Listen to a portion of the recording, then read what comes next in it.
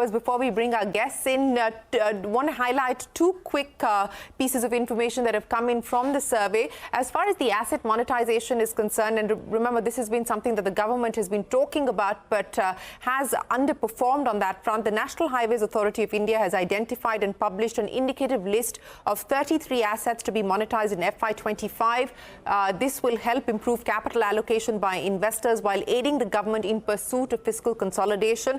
That's one. The survey also flagging the concern that many have expressed when it comes to data related to employment. The lack of availability of timely data on the absolute number of formal and informal jobs created at an annual interval, let alone at higher frequencies across sectors, precludes an objective analysis of the labour market situation in the country. So those are two important aspects that the survey is highlighting. But let's bring our guests into the conversation. Nikhil Gupta, Chief Economist at Motilal Oswal Financial Services, Sachchidanand Shukla, Group Chief Economist at L&T, Kaushik Das, Chief Economist at Deutsche Bank, with us. Gentlemen, thanks very much for joining us. Kaushik, first, the headline growth number assumed by the survey, your take on that? Hi, Shirin. Good morning. As Lata mentioned, the Ministry of Finance actually has been quite conservative with their forecast, which is, I think, pretty prudent from a fiscal management point of view. And even last year, when they gave the nominal, in the interim budget, when they mentioned the nominal GDP growth for FY25, they just took 10.5% growth, which I felt was on the lower side. So I think they're going a little conservative given the amount of global risks that can suddenly hit you. And they don't want to, come across as too optimistic and then having to revise the growth forecast down. What has happened in the last few years is that whatever growth forecast has been given, we have done better than that, which I think is a better way to approach the fiscal calculations. Markets kind of are sanguine that whatever number the government would give on the fiscal side, they will meet that.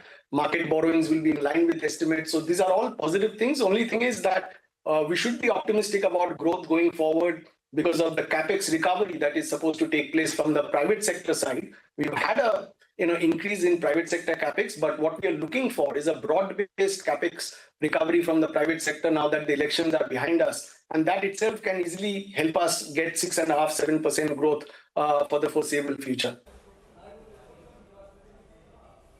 Yeah, let me bring in Sachchidanand into the conversation as well. Both as far as the growth number is concerned, but also what the survey is pointing out in terms of inflation. Short-term outlook is positive, long-term requires a clear vision. The medium to long-term inflation outlook will be shaped by strengthening of price monitoring mechanisms and market intelligence, as well as focused efforts to increase domestic production. They're talking specifically as far as food items are concerned. But on inflation, believe that the RBI and the government have done a good job. Core inflation declining to a 4-year low. Sachchidanand, both in terms of growth as well as what the Chapter 3 on prices and inflation under control. That's the headline. Your take? So thank you, Shireen. I think this is a very, very well-reasoned and mature take on growth and inflation from the CEA. And this is very, very reassuring. I think Kaushik already pointed out, typically we see the executive arm being very, very, positive on growth, whereas the central bank typically is a bit more cynical or more reasoned on the growth prospects. With the chief economic advisor now talking about growth being in the 6.5 to 7 corridor, and inflation being around 4.5 or thereabout, which is what every private forecaster is saying, and also the RBI is talking about, I think we are in a well-charted territory. I just wanted to highlight that if you look at the trajectory going forward, the budget is going to be very, very critical, and the litmus test. It doesn't need to be either radical nor irresponsible, and it has to be just balanced. And that is what everybody is going to be looking at. In terms of growth, again, I think the thing is, do they come out with some sort of medium-term or long-term vision or strategy? This being the first budget of this coalition government, it is going to be acting as a guidepost for 3 years, typically, before the pre-electoral concerns or the strategy takes over. And therefore, I think if they sound us about how they will make the economy run from here, so far it has been trying to make the economy just resurrect and walk. Now, if they can come up with some strategies on how to make it run and keep this sustainable, I think this augurs very, very well for the economy. Back to you. Okay, thanks for that, Sachin. But I do want to once again come to the point of the conservative tone that the survey is striking as far as the growth outlook is concerned, and for the benefit of all of you, Nikhil, Sameer, Sachin and Kaushik, just see how the first paragraph of the outlook even starts. The Indian economy recovered swiftly from the pandemic, with its real GDP in FY24 being 20% higher than the pre-COVID FY20 levels. So 20% higher than FY20. This meant a CAGR of 4.6% from FY20, despite a 5.8% decline in FY21 due to the pandemic. Analysis in this chapter shows that the current GDP level is close to the pre-pandemic trajectory in Q4 FY24. During the decade ended FY20, India grew at an average rate of 6.6%, more or less reflecting the long-run growth prospects of the economy. This is the background against which we see the prospects of FY25. So they've just taken the long-run average FY10 to FY20, that's 6.6. They've removed the COVID and the post-COVID spurt in growth and simply projecting that 6.6 as the long-run average for the economy. I mean, what do you take away from this, Nikhil?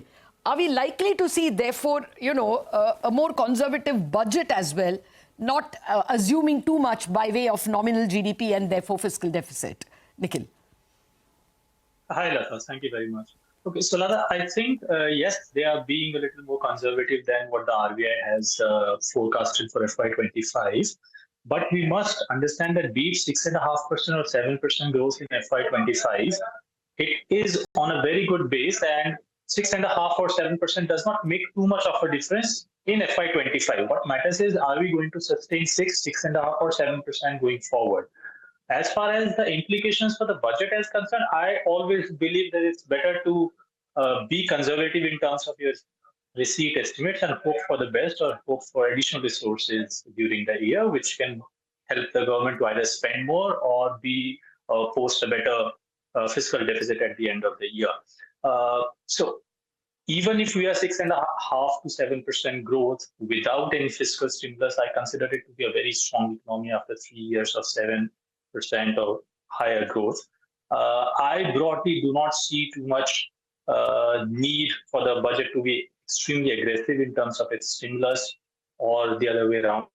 I still believe, I hope that this budget would be in continuation to what we have seen in the past 5 years. I understand that the government has some extra additional resources this year and they may want to spend it. But principally, I think the broad message should remain the same, that it is going to be a fiscally prudent 5-year period from the fiscal policy perspective, and I hope they continue with that. Yeah, and that is exactly what we've been reporting as well, Lata, as we heard there, that, the expectation is that this is not to be treated as a new budget. This is to be treated as a continuation of what the government's projections were in the interim budget. What we are given to understand that there's unlikely to be any deviation or departure from the fiscal math, from the fiscal arithmetic that was presented in the budget. But I just want to highlight for our viewers as well as for our guests who are here with us, the growth vision that the Economic Survey is projecting. 6 areas of priorities that the Economic Survey talks about. Number 1, boost private sector investment to 35% of GDP through a conducive policy and regulatory environment. Number 2, strengthen India's MSME sector through deregulation at the state and local government levels. Push for sector-specific tailored skilling of MSME entrepreneurs and develop a clear-cut export strategy. My sense is that perhaps we could see something on this front in the budget tomorrow. Number 3, remove growth impediments in the agriculture sector and allow markets to function in the interest of the farmer. Number 4, secure financing of the green transition in India. This has been something that this CEA, particularly Anantha Nageshwaran, has been focused on. Number 5, bridge the education employment gap. And number 6, build state capacity and capability. So the growth strategy for Amrit Kal, as is being highlighted by the Economic Survey, focuses on 6 priorities, and that is what we'll get our guest to comment on. I would imagine that this is going to be something that we will see being taken forward in the budget in terms of prioritization, and perhaps find mention in the finance minister's speech as well. But going back to inflation, Lata, and again, the survey very clearly talking about the fact that prices and inflation are under control. Headline inflation the lowest in FY24. India's inflation is lower than emerging markets. India has one of the lowest average deviations from the inflation target. So building that case that the government and the Reserve Bank have done well on taming inflation, tackling inflation, Lata. Okay, yeah, I take your point. There is also a detailed paragraph on aviation. I mean, almost a chapter. So we will have to see if there are anything specific coming for that sector. But, this employment education gap to be bridged, the need for financing of green transition, we're probably going to see something on all these. Sameer Narang, Shireen read out those 6 strategic areas where they are hoping to concentrate, focus on private investment, boosting private investment, growth and expansion of MSMEs, the potential of agriculture as a future growth engine, the need to secure financing of green transition, education employment gap to be bridged, and focus on state capacity and capability. Now, anything that strikes you as likely in terms of a policy tomorrow, Sameer? So I think one of the things that will be in the budget, which will see a lot of emphasis, would be job creation, manufacturing. Under BLI, we have seen a lot of success in a few key areas.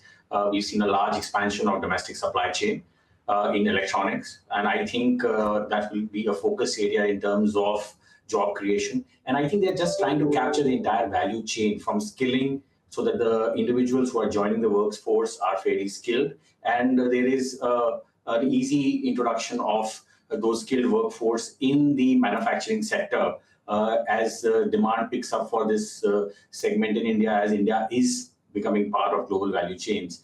We are also seeing some of this emphasis in terms of apprenticeship in Maharashtra budget as well for younger workforce. So I think there will be some continuity in terms of what we should expect in the union budget. A bigger play would be also on green financing, because India is now looking at power deficits for the next few years, given the power demand that we have seen. So you should see a much larger, expansive program on green financing and achieving our power objectives, as manufacturing intensive growth is more energy intensive than what we've been seeing in the last decade. Kaushik and Sachin, just to come back to you all, since it's a very, modest or moderate forecast in terms of growth, do you want to guess anything in terms of fiscal deficit? See, we all know that there is a 1.3 lakh crore of RBI money, which is a one-off. And, that's a different proposition. But there is also an expectation that they can up the tax number.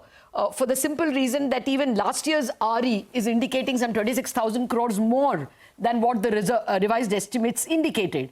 And if you go by the first 4 months, April-July tax collection, it's standing at about 19%, the overall net tax collection, not even GTR. So, Kaushik, first to you. Do you think that therefore the government will not do anything, ultra spending, considering the modest tone in the survey? You think they'll be fiscally more conservative?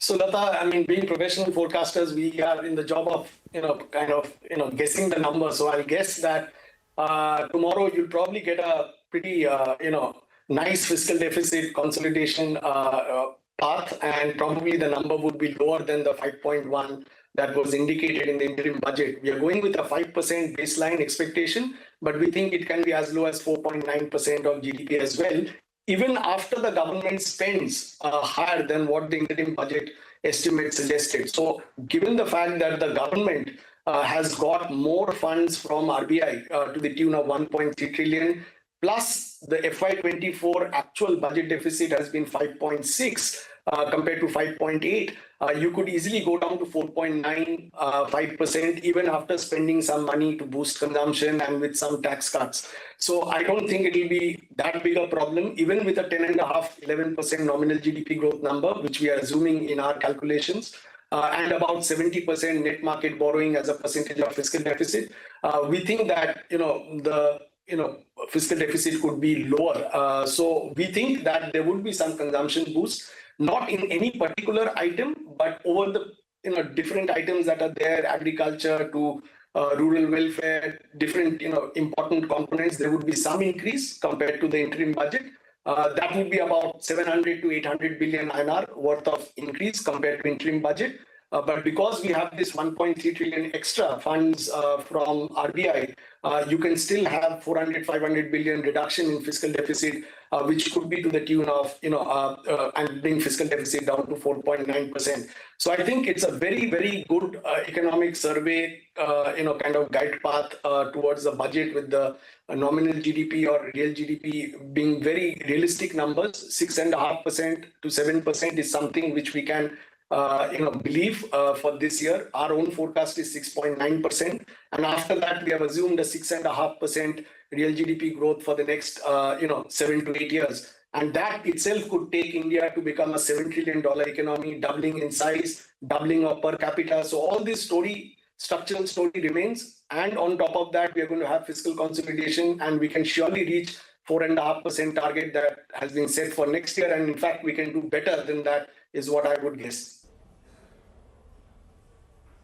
Well, Kaushik, that's exactly what we've also been picking up on. And of course, all will be revealed tomorrow. But the indication that we get is that there is the likelihood of improving on that fiscal deficit number. And it's very clear that the government intends to stick with the fiscal consolidation roadmap. And they do have that revenue cushion that Lata was also alluding to. But I want to go back to the survey and highlight two chapters in particular. Chapter 12 on infrastructure, lifting potential growth. And of course, the survey talks about the fact that public sector investment has played a pivotal role in funding large-scale infrastructure projects, what they've done on the national highways, what they've done on capital expenditure on railways, aviation, and so on and so forth. But here are the new ideas that the survey is throwing up as far as infrastructure is concerned. And I'm quoting from the survey: given that infrastructure creation efforts in India are currently predominantly public sector-led, a higher level of private sector financing and resource mobilization from new sources will be crucial for India to continue down the path of building quality infrastructure.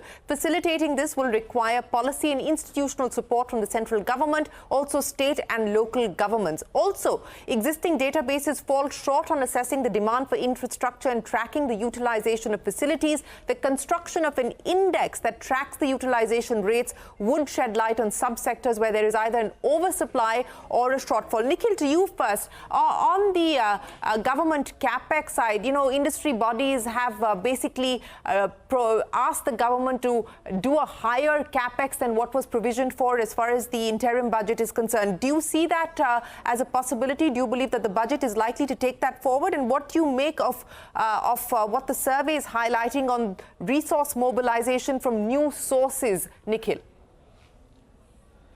Yes, so Shirin, the government had budgeted 11.1 trillion rupees as total capital spending in the interim budget, which implies a 17% growth over FY24.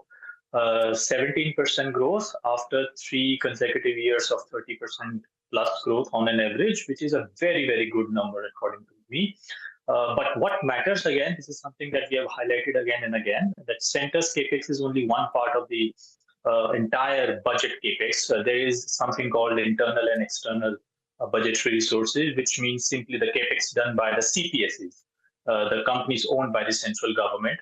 And we have seen capex, CPSEs capex declining massively in the last 3 to 4 years. So what matters from the economy perspective is the combined capex of the central government and the CPSEs. And if you look at the combined budget, combined capex of these two entities, central government and the CPSEs, it was 3.6% of GDP last year. It is budgeted at 3.6% of GDP for FY25, which is actually slightly lower than what it was in the pre-pandemic years, which was close to 3.8% of GDP or so. So the central government is doing whatever it can to boost the capex in the country. But again, we must understand that central government is only one participant in overall investment story. The corporate sector, the household sector are much, much bigger investors in the country. And I think you mentioned that the economic survey mentions that they want the private sector capex to go up to 35% of GDP. Did I hear it correctly? Yes. That's so right. That's private sector. Right. They're talking about private investments, which means if you add another 5% capex by the central and state governments, they're talking about 40% investment to GDP ratio, which we have never seen. Of course, I need to go into the details and understand clearly what they are talking about. But if we want that kind of capex or investment to GDP ratio in the country, then we must be very clear about the financing of this investment as well. Otherwise, as we have seen in the historical episodes as well, higher investment to GDP ratio leads to worsening the external balances, which means we will not be able to sustain higher investment to GDP ratio. So that is something that we need to keep in mind whenever we talk about investment recovery in the economy. No, that's a fair point that you make, and you're absolutely right in pointing out that we have seen those record numbers coming in as far as government capex is concerned. But I want to go back again to Chapter 11, which really talks about the contribution of the services sector, accounting for about 55% of the total size of the economy in FY24, estimated to have grown by 7.6%. But here's again what the survey is throwing up, and I imagine that in some form or fashion we are likely to hear the finance minister allude to this. The emerging jobs demand in the services sector entail greater and more focused skills. Focus areas should include blockchain, artificial intelligence, machine learning, Internet of Things, cybersecurity, cloud computing, big data analytics, augmented reality, virtual reality, 3D printing, and web and mobile development. Remember, even in the interim budget, we did hear the finance minister talk about AI. Of course, the government has also articulated an AI roadmap, but the survey also now talking about the fact that job creation will also need to be matched with the requisite skills development, and focusing on these areas. Upskilling through government and industry collaboration can enable India to become a high-value partner in areas like cybersecurity, enterprise management, and other specialized areas. So, Sameer, both on infrastructure as well as services, some of the highlights that we just pointed out. So I think, Shireen, on the infrastructure side, even the last survey spoke about NAFID as a key agency which can fund a large infrastructure trust in the country. Earlier, we used to have infrastructure development financing agencies, but that model was given up, and then we had some of those agencies being converted into banks. I think we've again reshifted the model back to certain key trust infrastructure financing agencies led by NAFID. And I think that could be one of the areas which can, look at funding through both global, going into global markets and taking the requisite resources, as well as monetization of a number of projects which are actually generating cash flows. So there could be two-pronged strategies in terms of funding. On the skilling and services side, I think there would be a broad focus on tertiary education in terms of skill development, wherein we focus on right skills so that the candidates that are coming out of our education system are actually job-oriented and can get into the workforce much more easily. We do hear these discussions coming from corporate sector that the candidates are not skill ready, they need to be trained for 2 years or 18 months. I think that bridging of gap, perhaps the budget will look at over the next 4 to 5 years, how the other Southeast Asian countries have bridged that gap through apprenticeship. There could be a broader thrust towards that area as we move ahead in the next 4 to 5 years. Okay, thanks for that, Sameer. Sachin, would you want to add, in the infrastructure chapter, the conclusions only show that the survey is asking for all databases to be integrated. The point the CEA is making is that, the central government spend, the state government spend by the various, NBFCs, banks and other entities.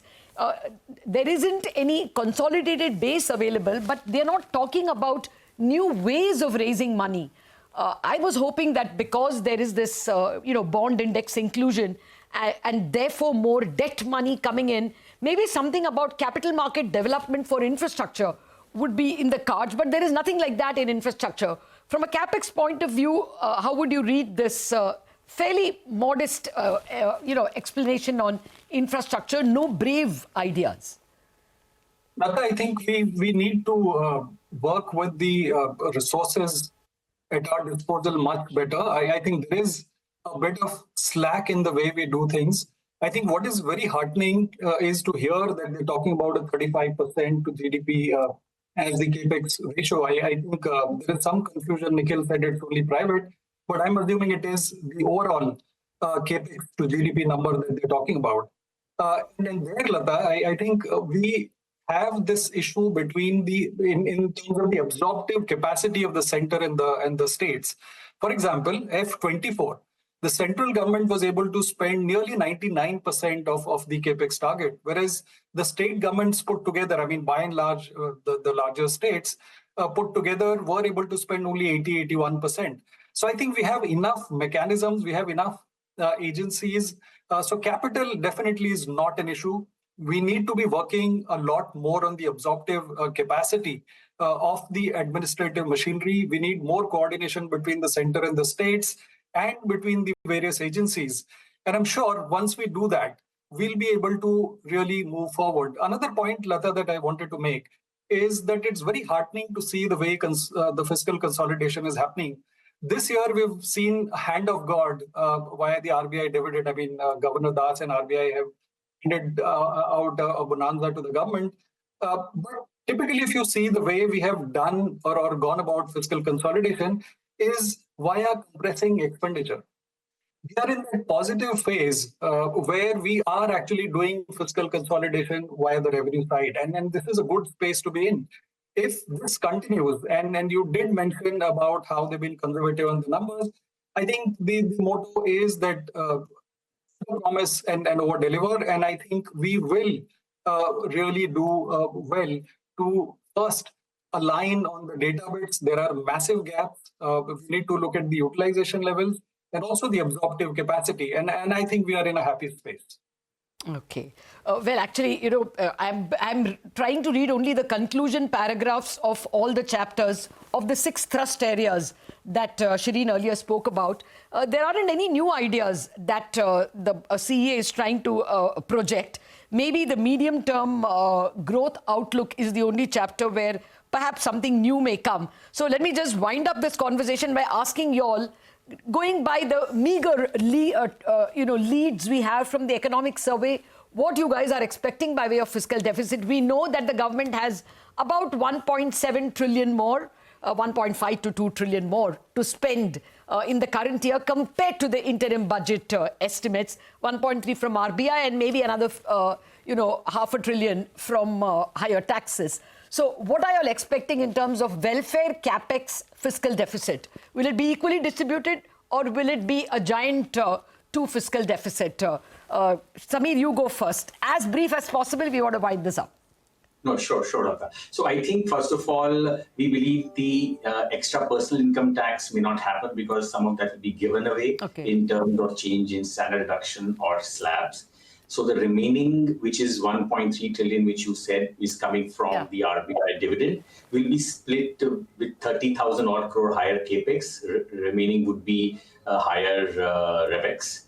And revex will be mostly in terms of welfare spending towards key areas such as healthcare, such as education. Got it. And no change in fiscal deficit. No, we have marginally tweaked it lower by 10,000 crore, no change, 5.1%. As you clearly said, it's continuity. Okay. Sachin, yours? I just want 3 sentences on each of them. Right. No change in the fiscal deficit. I think they will try and distribute some money towards the needy pockets and segments of the economy, and at the same time, up the capex number a bit. Up the capex number. Okay. Nikhil? 20 to 30% towards further reduction in fiscal deficit. Capex, if you include anything towards job creation in capex, then 15 to 20% capex, and then the remaining for the welfare or revenue. Okay, so basically one third you're expecting. So maybe a 5% fiscal deficit is what you're going with. Kaushik, you said 4.9 fiscal. Yeah, I think I'm the most optimistic. My base case is 5, but I think my heart says it can go down to 4.9. Out of the 1.3 trillion extra, I think 80,000 crore would be spent on revenue expenditure.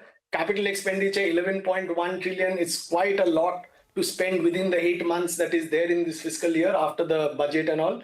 So I think mostly it's revenue expenditure, but you still have 50,000 crore then savings in fiscal deficit. As a percentage of GDP, you can easily go down to 5% or even lower. I hope it happens tomorrow, and then India will be set for a ratings upgrade sometime soon. Oh, rating upgrade. That will be great, of course. Gentlemen, thank you very much. I'm giving you time to look up the economic survey. Sorry, Shri. No, I was saying that ratings upgrade has been much anticipated, Lata, and I think all eyes will be on whether that finally transpires or not. But, just the point that all of our guests were making, and this is what the survey highlights, that the fiscal balances of the general government have improved progressively despite expansionary public investment, tax compliance gain driven by procedural reforms, expenditure restraint, and increasing digitization have helped India achieve this fine balance. So it tells you that there is elbow room for the government should it choose to act at this point in time. And remember, while there is an element of continuity, and that seems to be the message that the government is sending out, this is also for the very first time in 10 years a coalition, a true coalition government. You've already seen Andhra Pradesh put down very specific asks in terms of the expectations that they have from the government, from the finance minister. And just yesterday at that parliamentary meeting, the JDU also talking about the need for Bihar. Of course, none of that, at least it's in the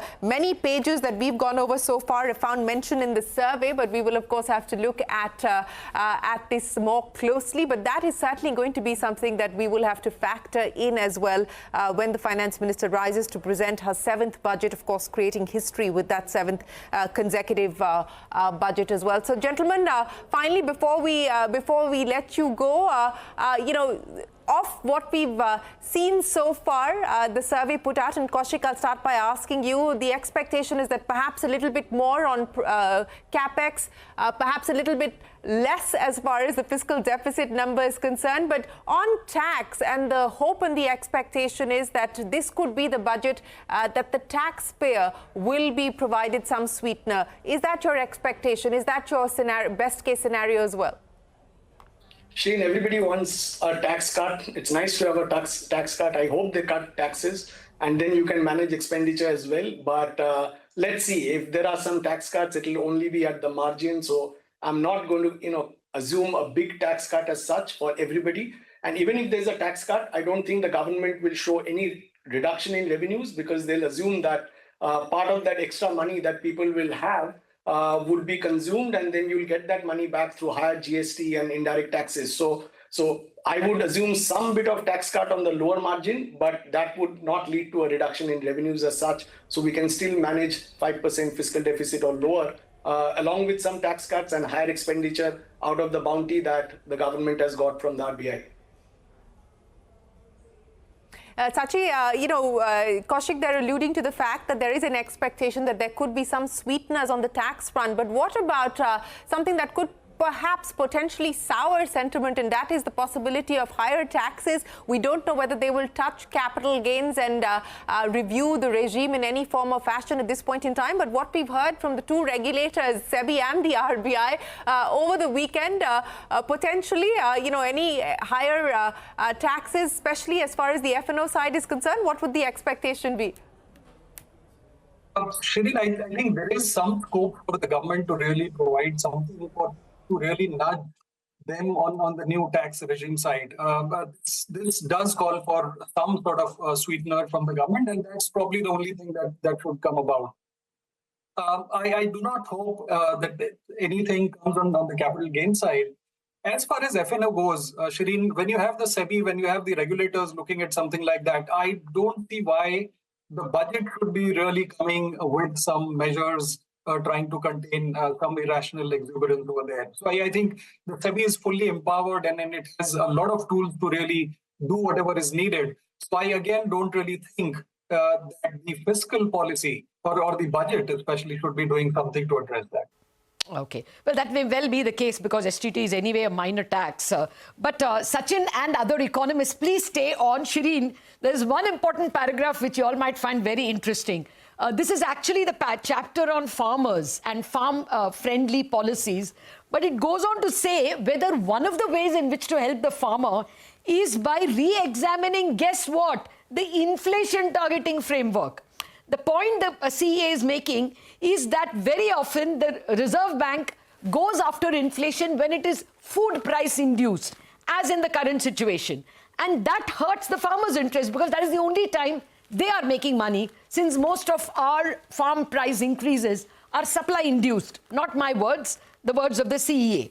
So he is asking the question whether the inflation targeting framework should be re-examined to exclude food and make the MPC target something excluding food. I'll read the lines so that I'm not misquoting. Food constitutes a very high portion of the CPI. This is par for the cause. Hence, when central banks in developing countries target headline inflation, they effectively target food prices. So when food prices rise, inflation targets come under threat. The central bank appeals to the government to bring down prices. Okay, let me come to the operational word. Deploying these tools to deal with inflation caused by supply constraints may be counterproductive. Therefore, and watch this, it is worth exploring whether India's inflation targeting framework should target inflation rate excluding food. Hardships caused by higher food prices for poor and low-income consumers can be handled through direct benefit transfers. So this is a very big thing, especially because now the 4-year term of the external members ends. So, you know, last time there was a relook at the inflation targeting framework at that time. And of course, for all you know, Governor and Dr. Patra also could end their terms. They could be extended. We don't know.